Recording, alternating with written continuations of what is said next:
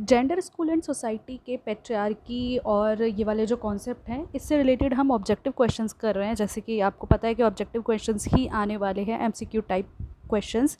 तो उससे रिलेटेड ही हम एमसीक्यूज़ कर रहे हैं। काफ़ी हेल्प होगी आपको, इससे कॉन्सेप्ट्स बिल्कुल क्लियर हो जाएंगे। तो शुरू करते हैं। इससे पहले हम लोग 3-4 वीडियोस और ऑब्जेक्टिव क्वेश्चंस पर कर चुके हैं, ईवीएस से रिलेटेड भी हम टॉपिक्स कर चुके हैं, तो आप जाके देख सकते हैं। तो चलिए शुरू करते हैं आज का लेक्चर।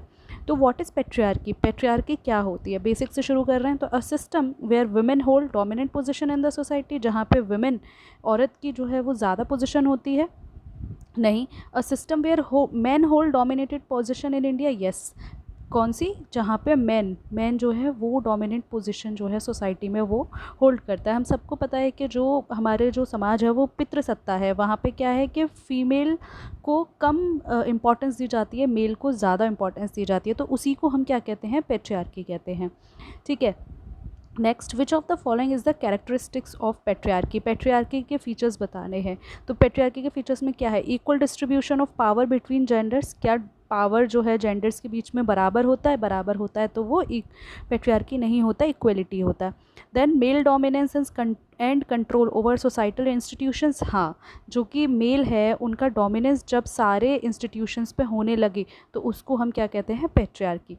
और नेक्स्ट है gender neutral laws and policies. अगर जेंडर न्यूट्रल लॉज होती हैं, दोनों को बराबरी होती हैं, तो वो पेट्रियार्की होती ही नहीं। ठीक है। नेक्स्ट देखते हैं, what is the term use to describe the privileges that man often have in patriarchal societies. तो इसमें पूछ रहा है कि वो कौन सी टर्म है जहाँ पे मैन को प्रिविलेजेस ज़्यादा होते हैं पेट्रियार्कल सोसाइटी में। ठीक है। तो जेंडर इक्वलिटी नहीं, जेंडर इक्वलिटी होती तो इक्वल होता दोनों को। देन मैट्रियार्की में मदर जो मदर मेल मतलब वुमेन फिगर हैं वो ज़्यादा डोमिनेट करते हैं मैट्रियार्की उल्टा है पेट्रियार्की का।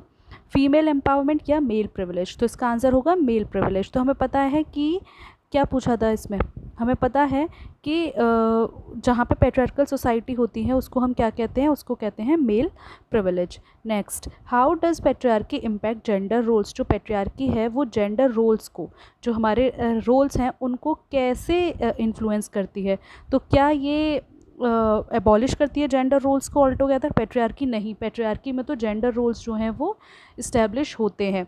Next, it reinforces traditional gender roles. Yes, ये रीइंफोर्स करता है जो भी हमारे पुराने समय से चले आ रहे जेंडर रोल्स हैं उनको रीइंफोर्स करता है कि हाँ भाई सही है ये, है ना। वेट, हाँ भाई सही है ये।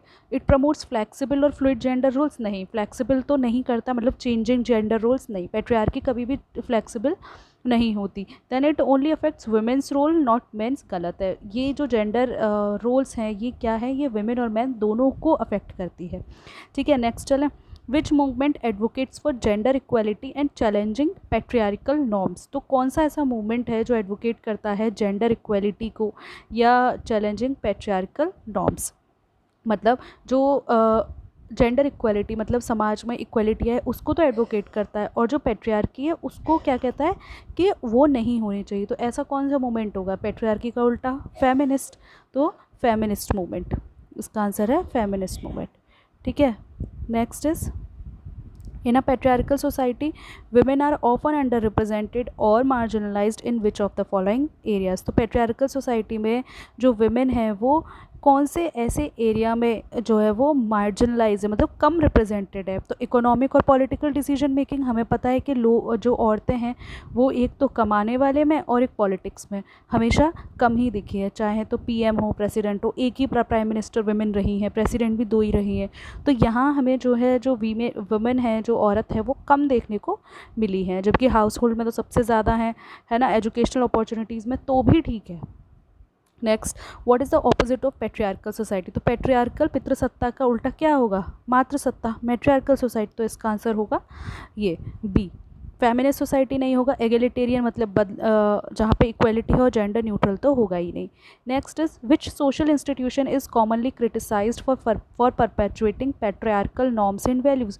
कौन सा ऐसा सोशल इंस्टीट्यूशन है जो कि कॉमनली क्रिटिसाइज़ किया जाता है परपेचुएटिंग जहाँ पे पेट्रियार्की बहुत ज़्यादा हमें देखने को मिलती है? तो कौन सा? Education system, health care system, religious institution या एनवायरमेंटल ऑर्गेनाइजेशन? इसका आंसर आपको खुद बताना है।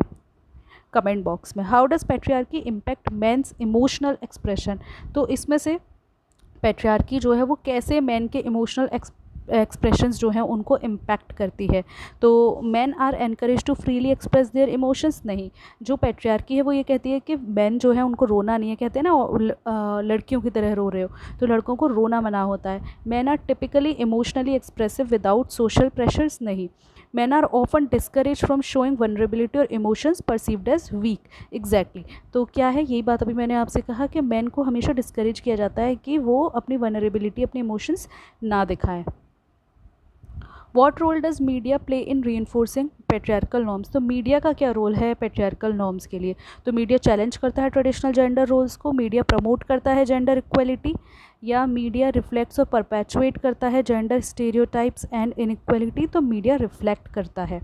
ठीक है, तो ये था आपका हमारा पैट्रियार्की से रिलेटेड क्वेश्चंस। इससे पहले भी हम बहुत सारे कर चुके हैं, आप लोग को डेफिनेटली इससे फ़ायदा होगा, करके जाओ, कॉन्सेप्ट्स क्लियर होंगे तो वहाँ पे सिर्फ जो डेफिनेशंस हैं या फिर जो वर्ड्स हैं ना वो बहुत ही बस चेंज कर करके आएगा, ये सभी कॉन्सेप्ट्स बिल्कुल क्लियर होने चाहिए।